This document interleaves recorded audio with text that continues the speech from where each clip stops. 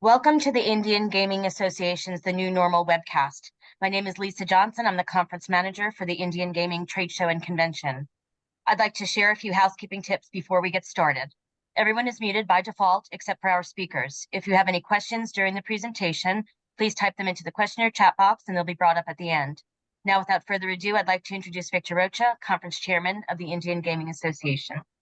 Good morning, everyone. Welcome to another episode of The New Normal, your go-to source for insightful discussions on the gaming industry and critical issues affecting Indian tribes across the United States. I'm Victor Rocha. My co-host is Jason Giles. Today, we're talking about the Seminoles, sports betting, and the Supreme Court of the United States with our good friend Scott Crowell of the Crowell Law Office Tribal Advocacy Group. Good morning, Scott. How are you doing, my brother? Good morning. Quite good. How are you? I'm good. Jason, how are you doing, man? Good. Thanks, Victor. And good. Seems like the weather's turned finally across the country. We're freezing in DC now after 80-degree days. So I guess we anymore. So. Did you go Halloween trick-or-treating with your kids last night? Oh, yeah. It was cold and windy. And what about you, Scott? Did you get anybody knocking on your door? No, my wife and I are up in the high Sierras and at a hotel, so not trick-or-treater friendly, but we got a nice blast of cold air. Yeah. Wow. Yeah. We went. I took my kid. He went as a signature gatherer for sports betting initiatives in California. So he was going door to door while he was out there getting candy and getting an initiative signed too. So people were terrified. Actually, every time they saw him, they were absolutely terrified. You know, I think most signature gatherers at this point is a very terrifying costume. I think we're all so that was great. He learned a lesson in humility and he got a lot of candy. So he was happy. Scott, let's talk. Well, first off, before we go forward, there was a big announcement this morning. The Seminoles announced that they're going forward with sports betting as well as craps and roulette in early December. Now, you know what, as I was reading about that, and I guess that's a big part of this conversation, which we hadn't talked about, which is craps and roulette. And then a little sidebar, Scott, and I think you'll understand this as somebody who's been in the game for a long time.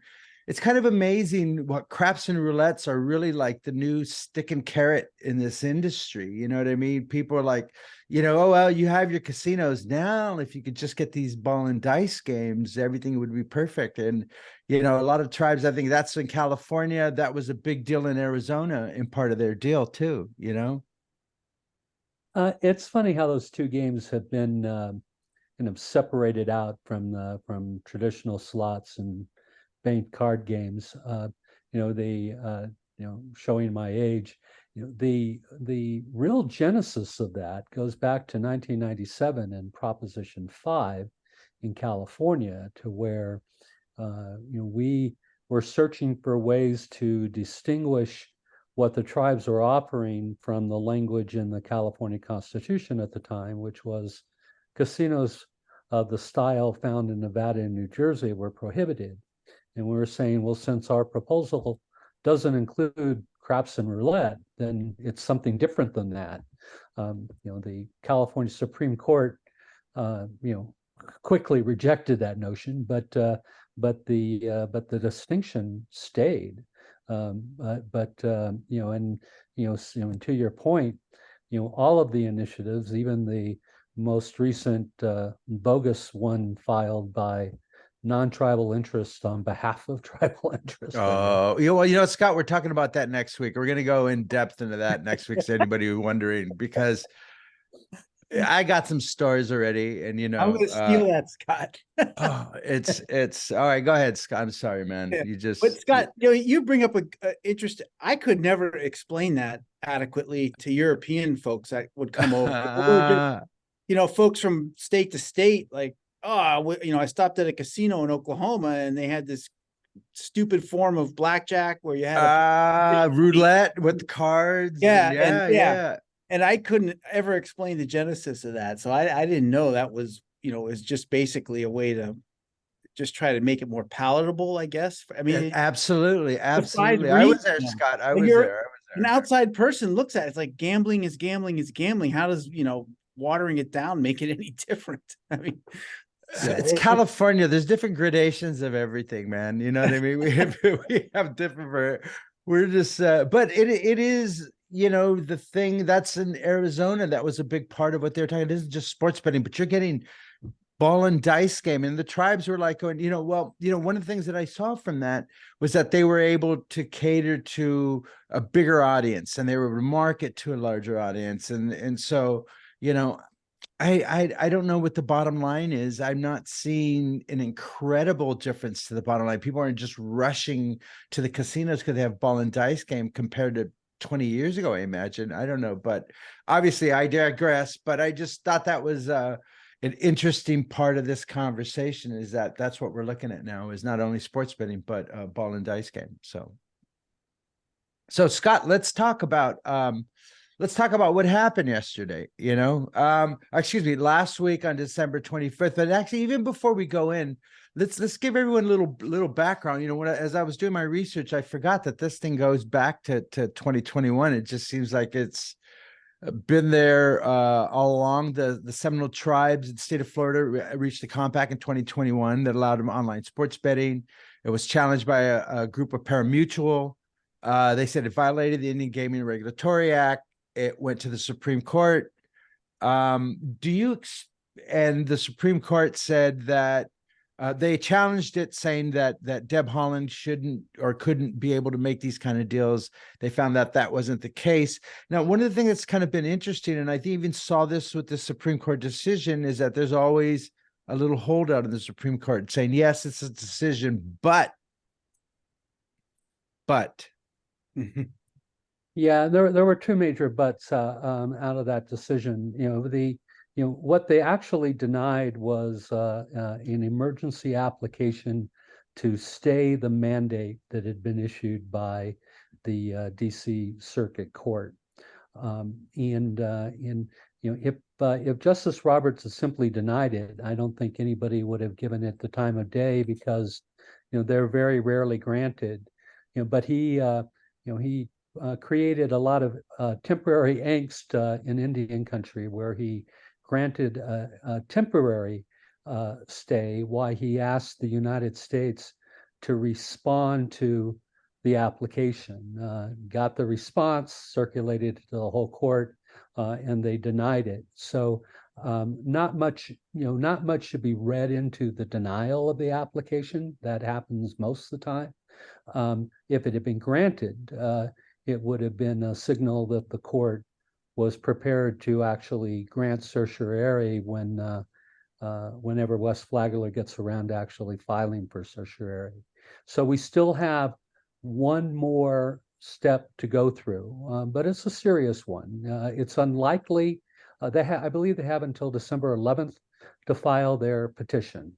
The vast majority of petitions don't get granted. The fact that this got denied probably increases the likelihood that it won't be granted, but it's still possible.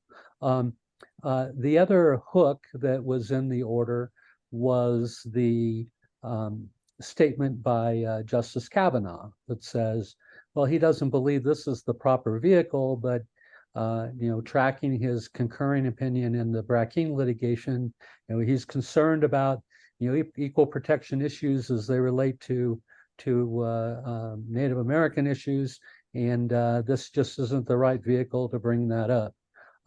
So it's clear that he has an agenda to continue to find a vehicle to question the validity of Morton v. Macari, which is the fundamental Supreme Court case that says, providing preferences for tribal governments in federal law is not a race-based preference. It's one that recognizes, the Constitution's recognition that tribes are sovereign governments, and it's a government-to-government relationship on which those laws are based.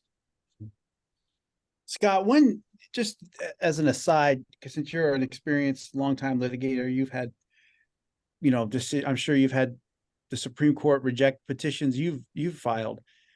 This is the third or fourth decision now where either Kavanaugh or Alito or Thomas, they're they're not granting the petition, but then they put in all this superfluous language that basically is just a dog whistle to, hey, bring this back up again in a new form, and we'll be here ready and waiting for the new argument and set of facts.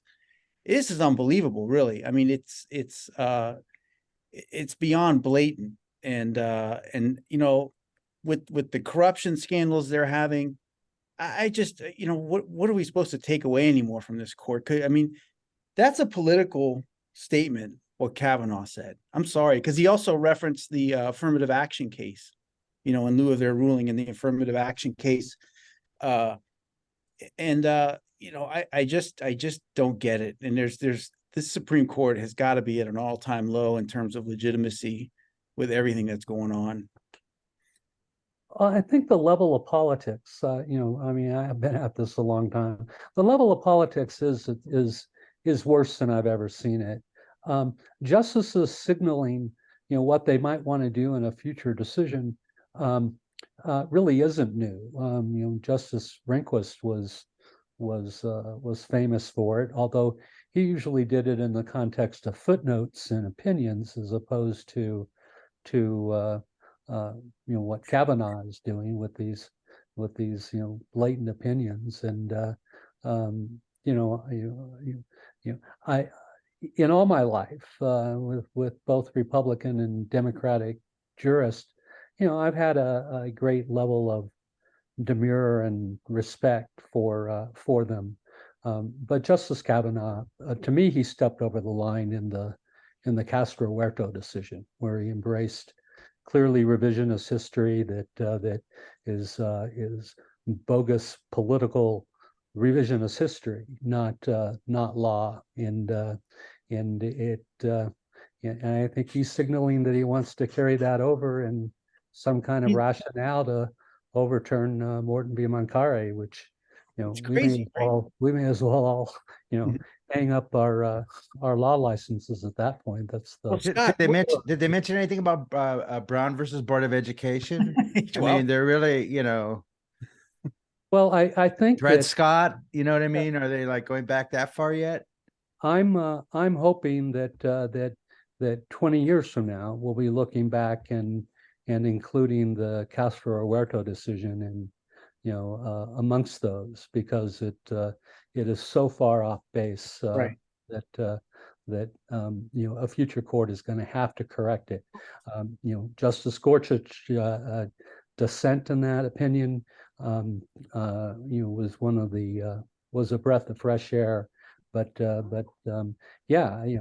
think the not just what Kavanaugh said here, but particularly what he did in Brackeen and what he did in Castro Huerta should be a big red flag to the federal Indian bar that at some vehicle at some point in probably the not too distant future, we're going to have to defend the most fundamental pillars of federal Indian law with the Supreme Court. Well, to my non-legal brain, it seems like that's what McGirt saw happening right now. It seems to be like a big setup in the batter's box right now for tribal sovereignty and stuff like that. So, you can see the real discrepancy. You see the governor and what's going on in there. And so, and it, like you said, Jason, it is a dog whistle, which is like bring these cases up. If it isn't tribal gaming, there's other aspects of it, which goes to the core of tribal sovereignty. And I think that's what we had here in Florida was, let's take this to the Supreme Court. The Supreme Court, those are our guys. And, but I think the uniqueness of Florida to me was the fact that everybody was on the same page. The governor was on the same page, the Department of Interior, the tribes. And so there was no, it was from the outside screaming about, tribal preference and stuff like that. And they didn't get it, but, it was scary at times, you know what I mean, as someone who is non-legal like myself. So I apologize, Jason, go ahead. What were you saying? Well, no, to your it shouldn't be scary because Scott, one of the bedrock prudential concerns of the Supreme Court, one of them has always been standing. and they will not take a case, unless it's ripe and the parties are agreed. We have consistent evidence now that some of these cases are manufactured out of whole cloth, whether it was the abortion pill case that they just let come up by a bunch of non-abortion providers who, I mean, what was their interest in all this? Wasn't even the drug manufacturer. I mean, what was the other one? The second Colorado bakery case, where the woman never even had to show that a gay couple asked her to do their wedding. She just, said, I have a business. I mean, it almost looked rigged. And so what do we have now, Victor? We Called have the shadow docket. That's what they call it. we the have an shadow Indian docket. guy in the state of Washington, an enrolled tribal citizen who owns a company, Maverick, and he's bringing this case up with Right. the Well, look at. They have Ted gonna Olson on examine retainer. standing? Yeah, They have Ted Olson on retainer. right. You don't put Ted Olson on retainer for his fashion sense or his haircut. Right. You have him because you expect to go to the Supreme Court, and he's one of the most successful litigators in the Supreme Court in modern times. He's and look at Gore versus Bush. Look at the LGBTQ decisions. The guy knows what he's doing, and that's why you get him. You know what I mean? And that's why they have him on Scott, retainer. So I think we're all very aware of that. Just leaning on your career again, Scott, have you ever seen them just, disregard standing, a basic prudential concern? Because then, go ahead. Well, I think your 2 points are well stated, but to Kavanaugh's credit, in Brackeen, he recognized that the case was not postured to where the plaintiffs had standing to bring the equal protection issue, although he used it to say, yeah, but please bring this issue to me in the right context. In the Maverick Gaming, that's to Victor's point, that's another situation where the tribe, the state, and the United States are all in perfect alignment isn't the right word, but they're all supporting the Washington State sports betting compacts, and I think because that case is currently postured at the Ninth Circuit on dismissal pursuant to Rule 19, that it probably also won't be the vehicle on which the Supreme Court tackles that issue, although I'm sure Ted Olson will make his best pitch that it should be. My biggest fear, frankly, is that it'll be one of these ICWA cases that are now moving through the Texas courts that they'll come back to the Supreme Court in the wake of Brackeen, where that equal protection argument will be poised. But as far as NARP and the Supreme Court project and the federal Indian bar, we shouldn't get complacent because they haven't taken it yet. Because I think it's clear from Kavanaugh's comments, both in Brackeen and again last week, that when the right vehicle comes along, he's going to find the 3 other votes to get cert granted to hear it. Mm-hmm. Scott. So they basically refused. They did the stay, and then they refused it to go any forward, right? I guess. And one more. They got one more shot in right. that the petition for cert to be filed by December 11th. So, but they were saying this is an issue for the Supreme Court. I mean, for the state Supreme Court, right? Well, part of the issue, both the Court of Appeals and in the analysis of the United States and their opposition to the emergency motion to stay, basically pointed out that the question of whether Florida state law has authorized Floridians to make wagers on a mobile device where the server's located on Indian lands, that question is a state law question, and it's for the Florida courts to determine it. A writ action has been filed by West Flagler and Bonita in the Florida Supreme Court, and there, what's at issue is an amendment to the state constitution that was passed in 2018, referred to as Proposition 3, and that and I don't purport to be any kind of expert of Florida state law, but that initiative provided that any future expansion of gaming in the state needed to be approved by a subsequent initiative of the people of California, as Florida. opposed to the legislature. But Proposition 3 also exempts gaming authorized under a compact. So the question is whether entering into a compact that allows for Floridians to do this with its subsequent enabling legislation was a violation of Proposition 3. Notably, although the DC Circuit decision and the one that's that could go to the Supreme Court now, that's the case that has national implications.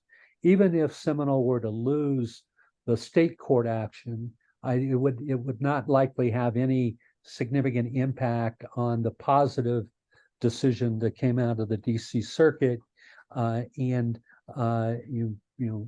looking through the crystal ball, if they were to lose, I think that it would quickly become mooted by the tribe and Governor DeSantis prevailing in a statewide initiative to ratify the compact. It's been an amazing story to watch, and you have to. I remember when this whole thing went down, I think a lot of us felt that the Seminoles were biting off a piece bigger than they could chew. But I think the thing about Indian country is that it's the audacity that makes progress. You have to have the nerve to make a call like that, and that we've always done that. You have to have audacity to make this, and that's what it is. Everyone was outraged, and I think even I was, but they did it, didn't they?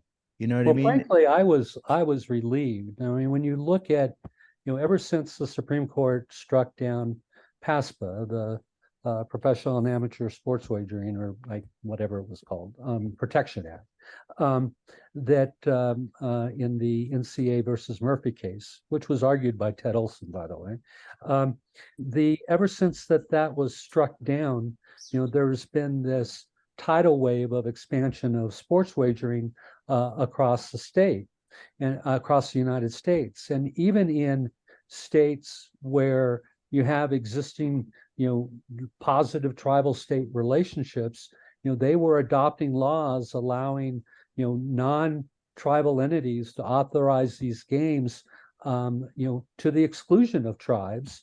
And those few states, Connecticut, Michigan, Arizona, that chose to include tribes, required them to offer the game under a non-IGRA model, outside of state law of IGRA, outside of the protections of IGRA, subject to state licensing, state taxation, and you look at some of these, the real world effect of those, where in Michigan, well, in Arizona, for example, in Arizona, you got 10 tribal licenses and 10 sports wagering licenses. But because of the way the industry is dominated by the large brands who contracted with the sports entities, the vast majority of the revenue, is going to the non-tribal entities. And in Michigan, even though the tribes still have the bulk of the sports wagering in Michigan, the deals that the companies were able to cut, certainly if they were under IGRA, would violate the primary beneficiary rule of the Indian Gaming Regulatory Act. So I back in 2021, I applauded Seminole and Florida for doing it under IGRA, because I think that that's essential to stopping this tidal wave of expanding sports wagering across the country and giving the tribes, a bone of what should be primarily a tribal expansion of gaming. Well, you know what, Scott, and you bring up a really good question, which is, what is the effect of the Seminoles on the rest of Indian country? And you touch upon that a bit, and I think for a lot of our listeners and our viewers, I think the big one to talk about is California, because it really does show that if everyone is on the same page, that you can create a market like the Seminoles, where the Seminoles are in the front, they're the point men, and the sports betting guys are going to be technology providers. Now, kind of going back to what you just said, and which is very, very important here, is that these sports betting companies are no longer passive competitors. They are aggressive opponents that are now taking legal actions to weaken sovereignty and to talk about, doing just what we just talked about, which is looking for these paths to weaken it. You look at what happened in Arizona, the tribes got rolled. You look what happened in Michigan, the tribes are being rolled. You look at Florida, and the tribe said, nope, we're not taking that. We are going to run point on this. And you know what? Everything goes through us. And that was the big issue. And everybody was so outraged that FanDuel and DraftKings, you're stopping progress and the economy, and Ayn Rand is rolling in her grave. And, and I think in California, this is what you're going to see. The tribes are going to be the point, the FanDuel, the DraftKings, are not going to be running point. When I was in Connecticut, Chairman Butler was telling me, we have a partnership with DraftKings, but when you turn the TV on, there's nothing on the television about Foxwoods and DraftKings. It's all about DraftKings. So I think in California, you will see that also. I think Florida gives the tribes permission to say, you know what, we're not taking this. We're not going to roll over for you. We're not buying your arguments that everybody needs to have DraftKings or FanDuel or BetMGM. When these guys are going out and they're adding comments to land in a trust, things that they're supposed to be digital, all of a sudden you have groups like the Sports Betting Alliance and Idea Group, which are taking active lobbying against the tribes. Now, today there's a press release saying BetMGM is opening up a new retail sports book at the Isleta Casino in New Mexico. BetMGM has been one of the most active companies against tribal sovereignty. Look at what they did during Trump. Look at what happened with the Wampanoags, with the Pamunkeys, with the lobbying against them. So now these guys want to climb in bed with the tribes, and in a lot of cases they don't have a choice. You know what I mean? It's a shotgun marriage. But I think one of the big implications here, and I apologize for filibustering, is that in California, I think this gives the tribes permission to say, no, we're going to be doing it different. Well, I agree with that. I agree with that wholeheartedly. There is a role for the back of the house, operators, including that portion of DraftKings and FanDuel's business, to come in and provide the hardware, the software, and the technical expertise, just like we do with IGT and Every, and as it relates to slot machines. But they were looking in Prop 27, they were looking to be, basically, this is going to be our brand. We're going to operate it. Go sit on the sidelines, and we'll take 98% of the profit.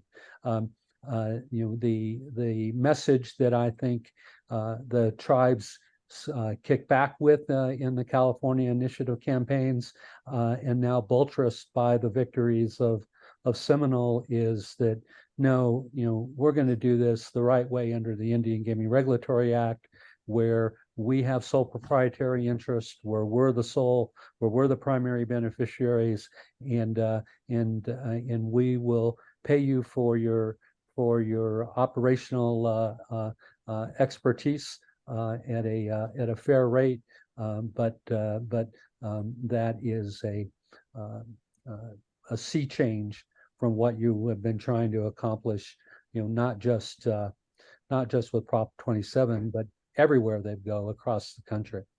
Yeah, it's very blatant attempt to keep the tribes back on the reservation, to take the future away from the tribes. And again, it's not about sports betting, it's about online gambling, and the tribes are very aware of this. So I think, as somebody who's been in this industry a long time, Scott, no offense, because you still look, like you just got out of high school. So I don't understand. So now that the tribes are going, the Seminoles, and do you think that the flag of these guys, are they tired of getting beaten? Are they, I'm sure these are little small card clubs type of stuff, you know what I mean? So they don't have the kind of money to do the Supreme Court stuff. So there's got to be money behind these guys. I don't think they're. So do you think there's the appetite for going forward? Well, I'm sure that they're going to, I mean, all indications are yes. I mean, they're certainly going to file their cert petition with the Supreme Court. They are the plaintiffs in this new writ action in the state Supreme Court. But I think you have to look at it to what their particular motivations are, and that what they were doing in Florida, was they were going to get shut down before this compact was in place, because they were operating banked card games similar to the California card rooms, in clear violation of the exclusivity provisions of the Florida compact that was in effect. And so they were fighting for survival. And then I think you're probably right, they've got hooked up with the DraftKings and FanDuel's folks, to where now this is a fight over the right of non-Indians to push tribes out of the sports wagering market. And I think that is a national agenda. I think DraftKings and FanDuel's will probably be back in California. I think that that is the ultimate goal of Eric Person and Maverick Gaming in California. So no, I don't think they're going to go away, but they. Victor, But they're certainly in a harder spot as a result of these court decisions. I mean, Victor, California is certainly like the most important, and the tribes there are the most important players left in the field, but Oklahoma is a close second, and you have a receptive governor there to the FanDuels and DraftKings, this IDEA group, that, hey, the Oklahoma governor has been told or rumored to be contemplating putting a ballot initiative up just to legalize sports betting in the state, make it open to commercial players and everything. So, to Scott's point, it is still out there as a national effort. And if you get a receptive governor, hold on, because that's the worst position to be in. And Oklahoma is such a mess right now, man. Right. I mean, every Friday, I'm just waiting for the newspapers, like, what do they do this week? And I mean, the entire legislature and the attorney generals are against the governor, and that guy's just crazy. Like, he's like doing the Alamo, man. I think it's like sandbags around the Capitol. He's like, and the guy's, he's like Eric Person, the guy's supposedly a native citizen.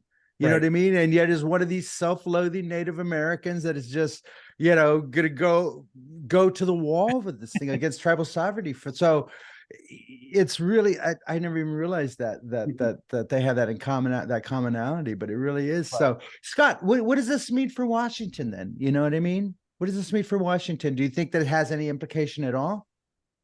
For Washington State? Yeah, Washington State, yes. Well, yeah, certainly. Ted Olson, is Maverick's lawyer. The complaint put the equal protection argument, front and center of their agenda. But let's keep our fingers crossed. I do represent the Shoalwater Bay tribe, which is the intervening tribe in that litigation. We did it with the full support of the Washington Indian Gaming Association and the vast majority of Washington tribes who have submitted strong amicus briefs, both at the district court and appellate court level. The district court properly dismissed the case because Ted Olson and Maverick, chose to sue the United States and the state and not the tribes, even though it's the tribes' interest that they want to completely unravel. The district court saw that to be correct and said the tribes are necessary and indispensable parties that cannot be joined in the lawsuit, and therefore it must be dismissed. That is the issue that's on appeal to the Ninth Circuit.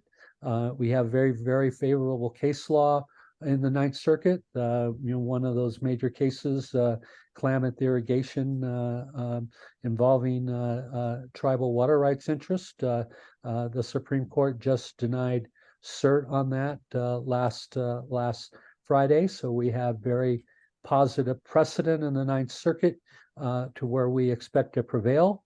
We expect Ted Olson and Maverick to then ask the Supreme Court to review. But just like Kavanaugh recognized that the West Flagler litigation is not properly framed to take up the equal protection issue, I doubt that he would find a Rule 19 context to be any more favorable. So we're very hopeful in Florida. I mean, in Washington State that this litigation will see a quick and certain death. We expect to have oral argument here shortly after the first of the year, although it's not been scheduled yet. Wow. Wow. So, Yeah. Jason, where are we here, man? You're a lawyer. Well, I mean, in terms of Indian Gaming Association and what we do here, we're uniquely concerned about, land in the trust issues. The Department of Interior regs are now final, and we've got some new, I think, updated procedures to make land into trust function more smoothly.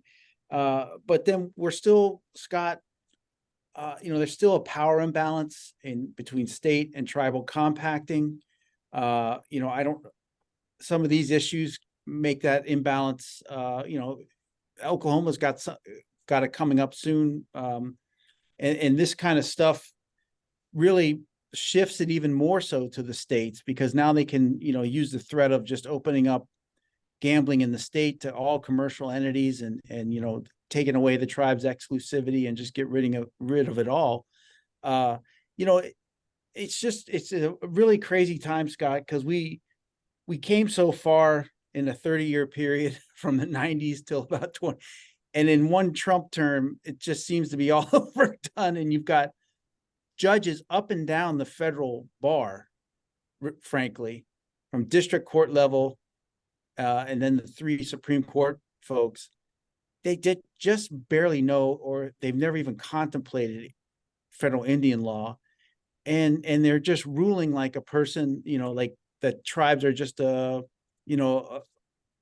Boy Scout club or something, just a group that exists out there. Why do they get all these special privileges? And, like you said, you mentioned it perfectly. Kavanaugh made up revisionist history, that one line in his decision where he said, tribes are part of the state now. Right. That just it defies explanation. And Gorsuch did a good job of taking him down on it, but the majority ruling is the one that prevailed, and God forbid that should start to creep and grab hold amongst these lower court federal judges that, oh yeah, tribes are, they're just encompassed by the state border, when for how long, hundreds of years, it was the opposite way around. The whole genesis of our Constitution was with, keeping one weary eye on what those Indian tribes are up to and separating them out from the process, whether it's, the original Constitution, the 14th Amendment, always respecting tribal sovereignty along the way, whether it was because of fear or, just, to keep them contained. So it's some crazy time, Scott. And as a litigator, I'm sure our litigators caught off guard. I mean, to have to go back and relitigate stuff like Morton v. Mancarry, it was inconceivable. But I guess here we are. Yeah, you're right. Here we are.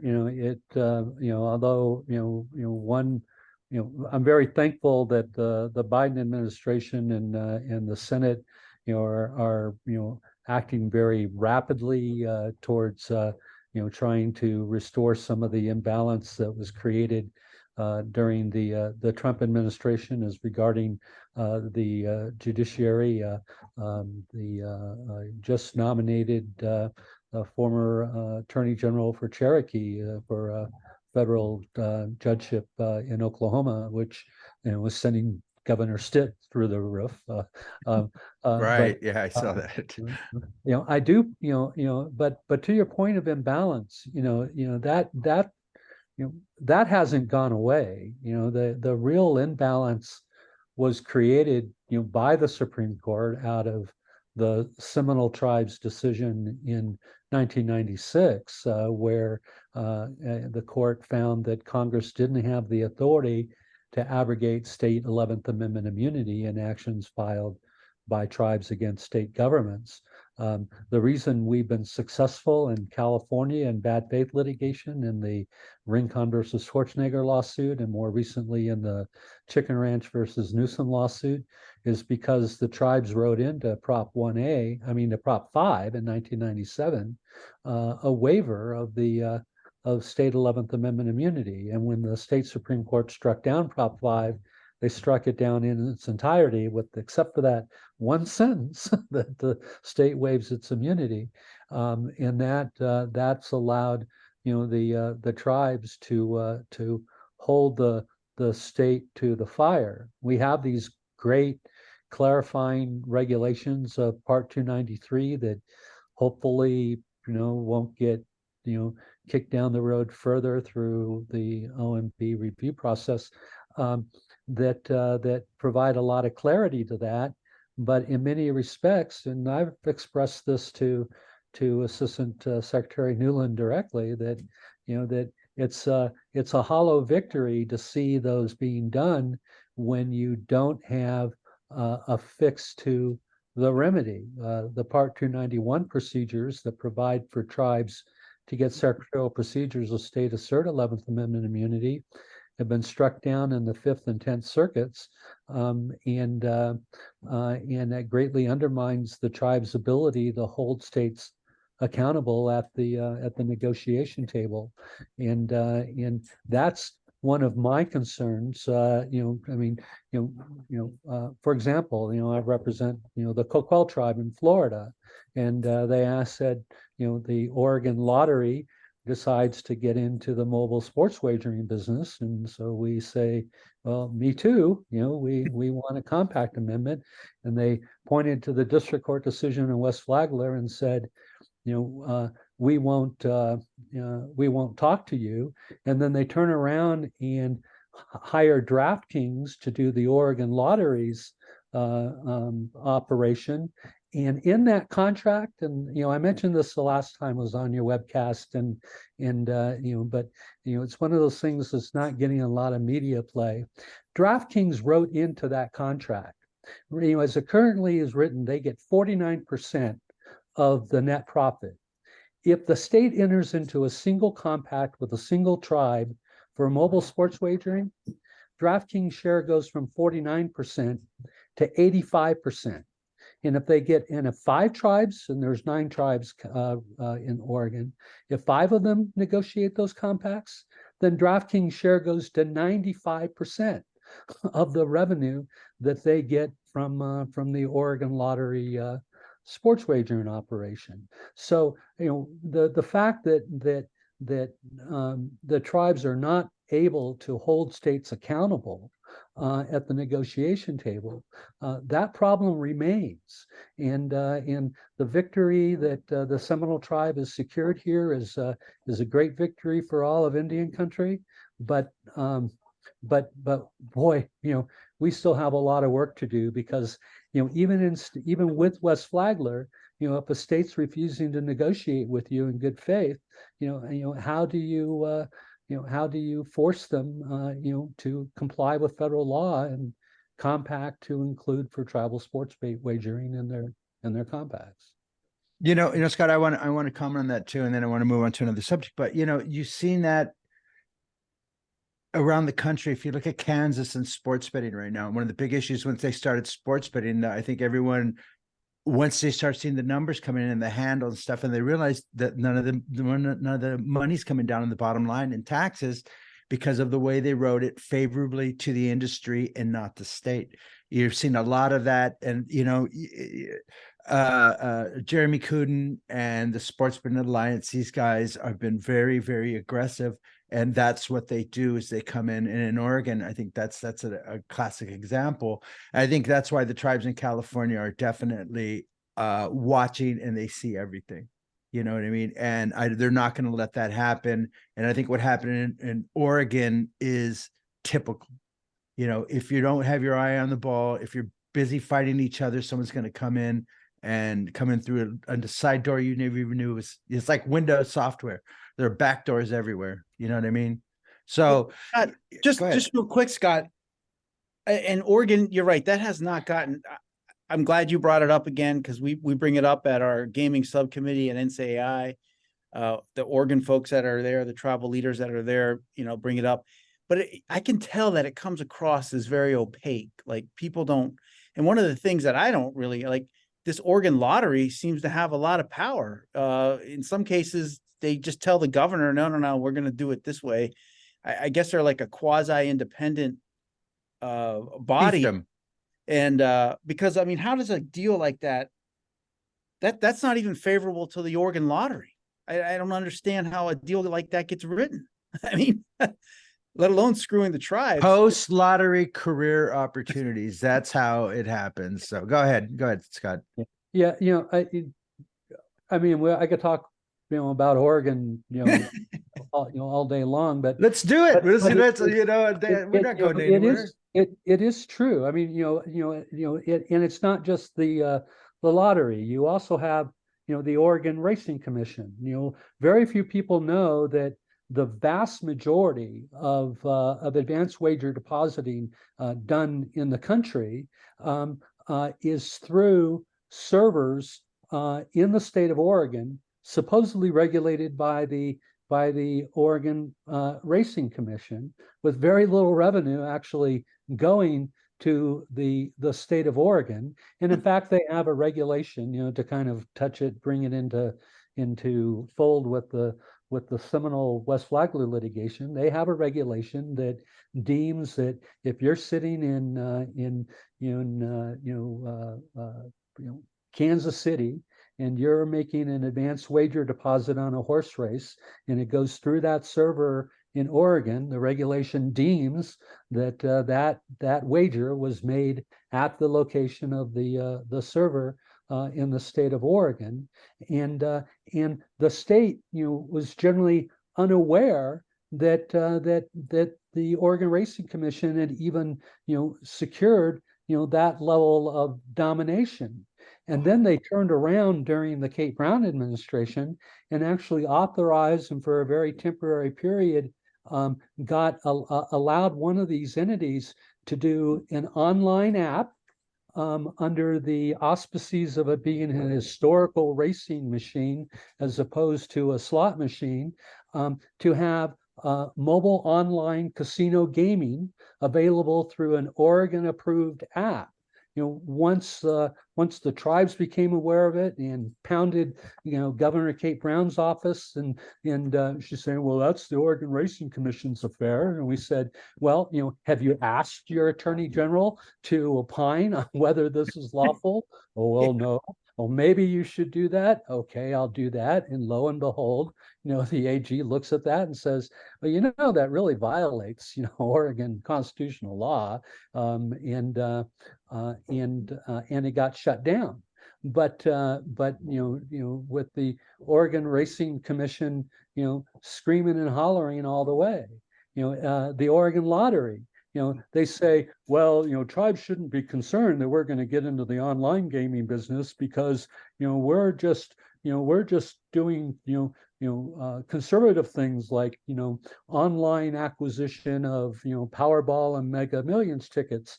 And it says, okay, well, answer to me, if you have the authority to do that, do you have the authority to approve online gaming?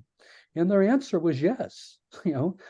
Yes, we do have that authority. We don't need the Box governor's themselves into a permission. corner to say We don't need yes. the legislature's permission. We Right. can do it if we choose to do it. So and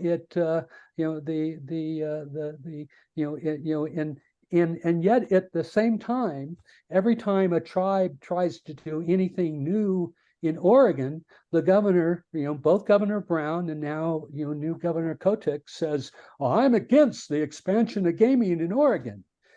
You're at the head of the Oregon Lottery and the Oregon Racing Commission, responsible for the largest expansion of gaming in modern history of Oregon, and yet you're telling us you're opposed to the expansion of gaming to prevent a tribe like the Coquel tribe that wants to operate a Class 2 facility on 3 acres of land in Medford, Oregon. You're opposing that because you're against the expansion of gaming while you're taking in the revenue. The Oregon Lottery is no ordinary lottery. They operate 12,000 slot machines at every lottery outlet vendor around the state. They have these little mini casinos, every tavern, every bowling alley. You can walk in and there's 6, IGT or every slot machines that they can that they can play.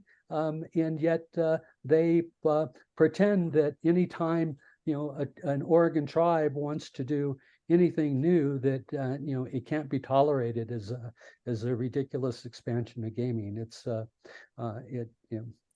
Right. Well, you know what? Should be focused on what's going on in Oregon. It's outrageous. Okay. Yeah. You know what? And I think we're going to have to do another show in Oregon too, because I think there's so much here. We're going to have to bring you back, Scott. But you touched upon one thing, which I think is at the core of what we're talking about today, which is where the bet is placed in Florida now. So now they've announced today they're going to be doing mobile sports betting again, roulette, craps again. Now, is this going to be tested?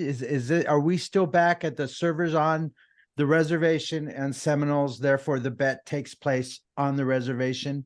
Is that going to be tested, or is this the new normal? No, I think that's likely to be the new normal. The Part 293 regulations that are coming out endorse that approach. The letter explaining why they allowed the Florida Compact to go into effect, that was authored by Assistant Secretary Newland, focuses on that element. I think that that being said, I don't think that it's in my own view, it shouldn't be necessary to have that language included in the compact. Even if you don't have that language, if a state, in Florida, you might have had to have that language because prior to that, nobody in Florida could make those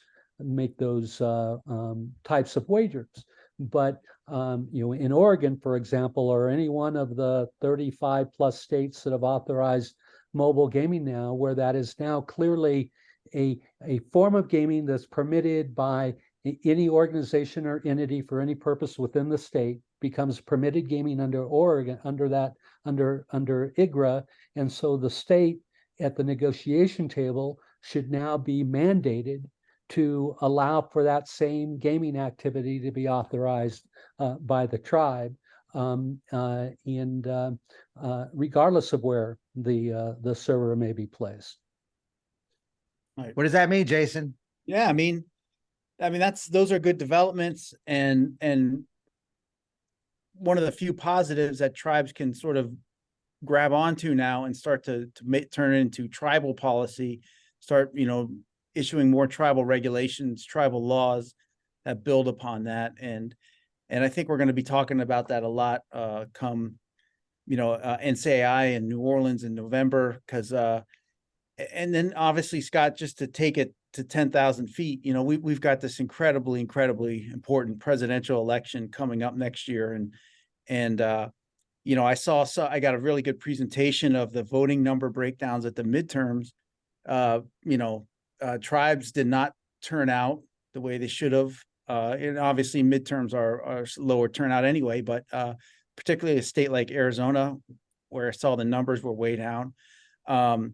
So we've got a challenge ahead here, because I don't really know. We can't afford to have any more, ideological know-nothing federal judges get appointed. We need to have a strong democracy in order for all of this to function correctly, which I guess makes DeSantis's role in some of this Indian policy kind of funny. Well, Jason, you talk about So- when Trump was in office, the tribes were cut off the access again. Dale Norton could walk right in, talk to Bernhardt with MGM, but we couldn't even get our people in there. So Right. I think this presidential election, I think the last one shows you how important the next one is. If we that's- don't turn out, if they don't show up in Montana, North Dakota, South Dakota, Arizona, New Mexico, Wisconsin, yeah, Oklahoma, right.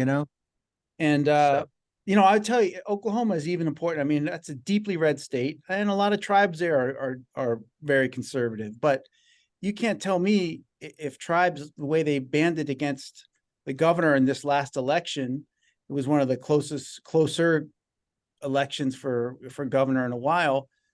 They, would the Democrats love to pick up a couple seats in Oklahoma, congressional seats? Some of those congressional races were 51-49. So, that's how granular we're going to have to get in this election. Like, I don't care if you're in Montana, you need to go vote, and you need to make sure maybe the congressman from your state, you can flip that seat to somebody who's going to support you, instead of, like you just said, Victor, getting access cut off, because that's what happens. And that's almost as devastating as some of these bad federal judges, when you can't even go in and talk to a Secretary of Interior. So, before we wrap up, and by the way, this has just been a fascinating conversation. I want to thank Scott. I had two questions. First, I got Ernest Matthews, our good friend. He said he wants to know, do you think there's any standing for tribes in Oregon to attack the DraftKings agreement? Any possible legal theory? What appears to be written like an adhesion contract between the lottery and DraftKings?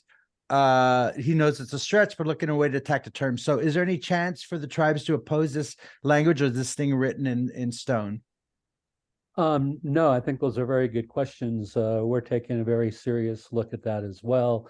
And then of course, there's the possibility of the tribes bringing an IGRA lawsuit as well, to where the state will have regretted that contract if it is enforceable, if the tribes get the compact amendments that they're entitled to.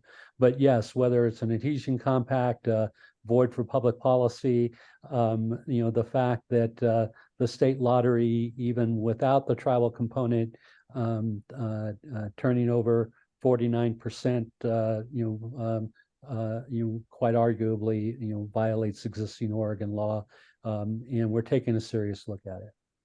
Do you think the state of Oregon needs like the government to oversee them like the tribes do? Maybe they need the government starts to look over their compacts. They need an NIGC to make sure that they're not taken advantage of. I mean, to Jason's point earlier, the fact that you do have very strong track records that Oregon has allowed the Oregon Lottery and the Oregon Racing Commission, to just pretty much, run, unfettered with little oversight or constraint. There is a gambling policy subcommittee that was created 2 years ago and is now going to be going into its third year, that has announced that they will be looking into these issues. Well, look at that, brought us right up to the top of the hour. You know what? We're not going to take any more time. Also, Scott, Chris Soroti, I'm going to give him your email. He'd like to talk to you more about Oregon and stuff like that. But this was a great show. Again, the announcement today, the Seminoles are going live with sports betting on the 7th, 8th, 11th. They're going to be rolling out. They'll have craps. Next week, we will be talking about California and what's going down in California and the clown car show that is parading through town. And it's going to be fun. We'll see you guys next week. Thanks, Scott. Thank you Thanks, so much. Scott. You were phenomenal, man. This is just a great conversation. I think everyone got a lot out of it. I know I did. So thank you so much, brother. This was phenomenal. I've enjoyed it. Thanks very much. All right. Excellent. Thank you, Scott. See you guys Bye. next week. Thank Yeah. you. Bye. Take care.